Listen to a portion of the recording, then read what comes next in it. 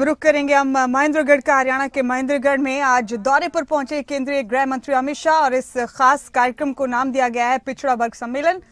BJP के प्रदेश अध्यक्ष मोहनलाल बड़ौली क्या कह रहे हैं, यहाँ सुनते हैं। चौटाला जी, जेपी दलाल जी, डॉक्टर बनवारी लाल जी, डॉक्टर कमल गुप्ता जी, असीम गोयल जी, अभय सिंह यादव जी, मंत्री महिपाल डांडा जी, तमाम मंच पर आसीन सभी हमारे मंत्रीगण, कर्णदेव कंबोज जी, मैं आप सभी का इस मंच के माध्यम से आप सभी का बहुत बहुत स्वागत अभिनंदन करते हुए आज जिस प्रकार से हमें माननीय गृह मंत्री अमित शाह जी का संबोधन मिलेगा, इसका लाभ आने वाले विधानसभा के चुनाव में इसी जनता जनार्दन के आशीर्वाद से हम हरियाणा प्रदेश में तीसरी बार भारतीय जनता पार्टी की डबल इंजन की सरकार, हमारे देश के प्रधानमंत्री नरेंद्र मोदी जी, देश के गृह मंत्री अमित शाह जी के मार्गदर्शन में, नायब सिंह सैनी जी के नेतृत्व में हरियाणा प्रदेश में तीसरी बार सरकार बनाने का काम करेंगे।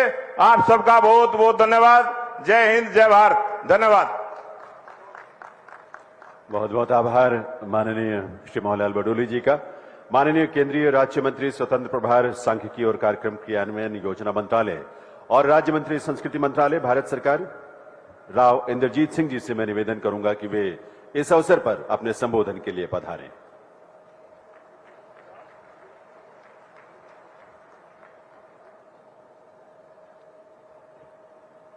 माननीय चीफ गेस्ट अमित भाई शाह, माननीय मंत्री भारत सरकार धर्मेंद्र प्रधान जी, माननीय मुख्यमंत्री नायब सिंह जी, माननीय अध्यक्ष पार्टी मोहन बड़ौली जी, मेरे साथ मंत्री भारत सरकार किशन पाल गुर्जर जी,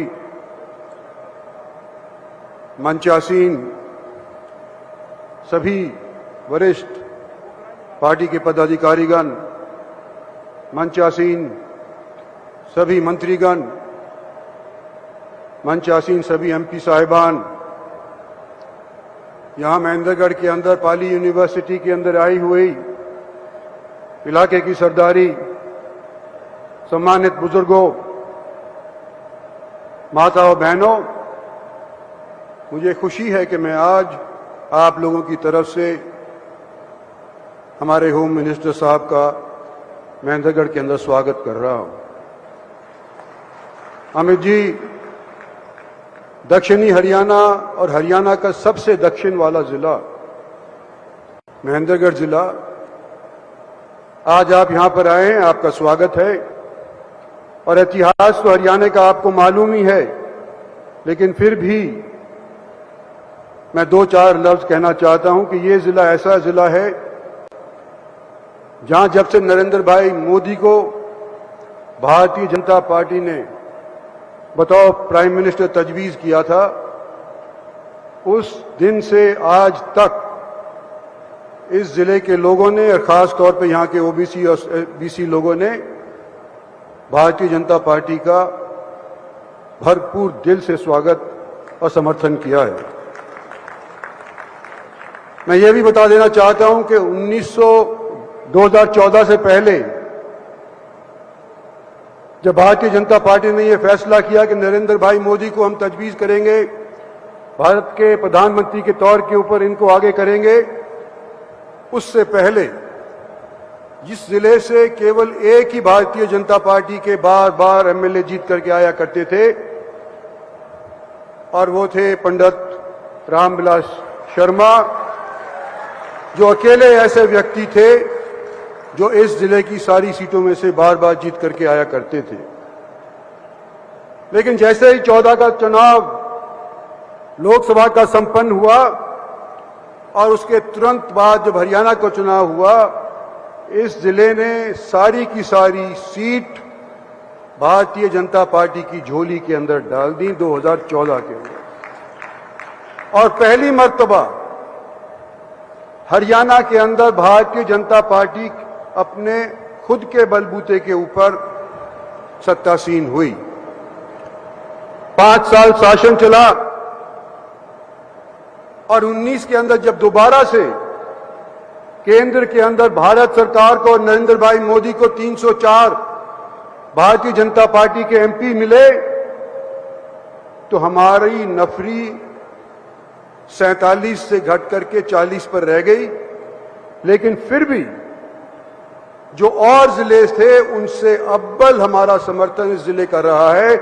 ये जिला और खास तौर पे यहाँ के ओबीसी और बीसी, जब से नरेंद्र भाई मोदी प्रधानमंत्री बने हैं, भारतीय जनता पार्टी में आस्था रखता है और रखता आया है।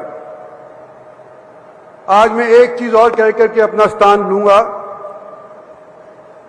कि जब नरेंद्र भाई मोदी सरकार बनाए, पहली योजना के अंदर 14 से 19 के दौरान